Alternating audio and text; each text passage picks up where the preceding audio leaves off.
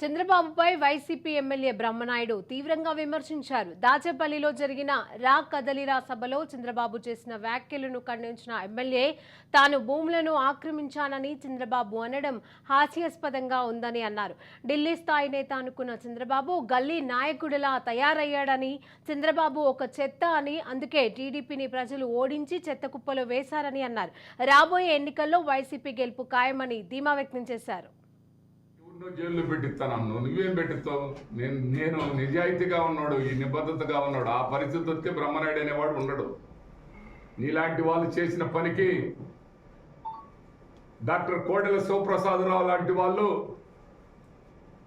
అనేక రకాల సేవలు చేసినటువంటి వాళ్ళు ఈ చంద్రబాబు నాయుడు చేసిన దుర్మార్గానికి, ఈ చంద్రబాబు నాయుడు కొడుకు చేసిన దుర్మార్గాలకే ఈ చంద్రబాబు నాయుడు వాళ్ళ కొడుకు తీసుకొచ్చి లంచాలు ఇవ్వమని వాళ్ళ కొడుకు చెప్పిన దుర్మార్గానికి ఏమీ చేయకుండా నిజాయితీ కల్లోడు కాబట్టి ఆయన ఉరేసుకొని చచ్చిపోయాడు ఈ చంద్రబాబు నాయుడు వల్ల.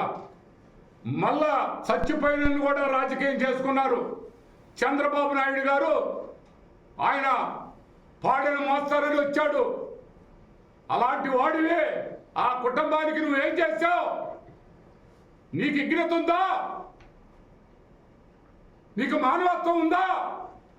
ఉంటే నువ్వు ఆ లోకేష్ నువ్వు కలిసి చంద్రబాబు నాయుడు గారు అనే వ్యక్తి కోడెల శివప్రసాదరావు చేసినటువంటి మీకు మోసినటువంటి పల్లకీని,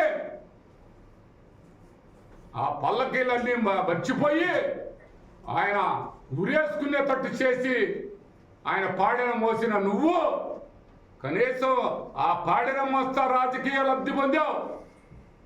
ఆయన కొడుక్కి గాలి కొదిలేశావు.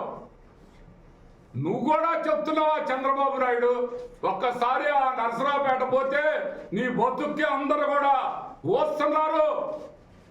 నువ్వు జైల్లో పడి ఎవరినో జైల్లో పెట్టిస్తాను. నువ్వేం పెట్టిస్తావు? నేను నిజాయితీగా ఉన్నాడు, ఈ నిబద్ధతగా ఉన్నాడు. ఆ పరిస్థితి వస్తే బ్రహ్మనాయుడు అనేవాడు ఉండడు.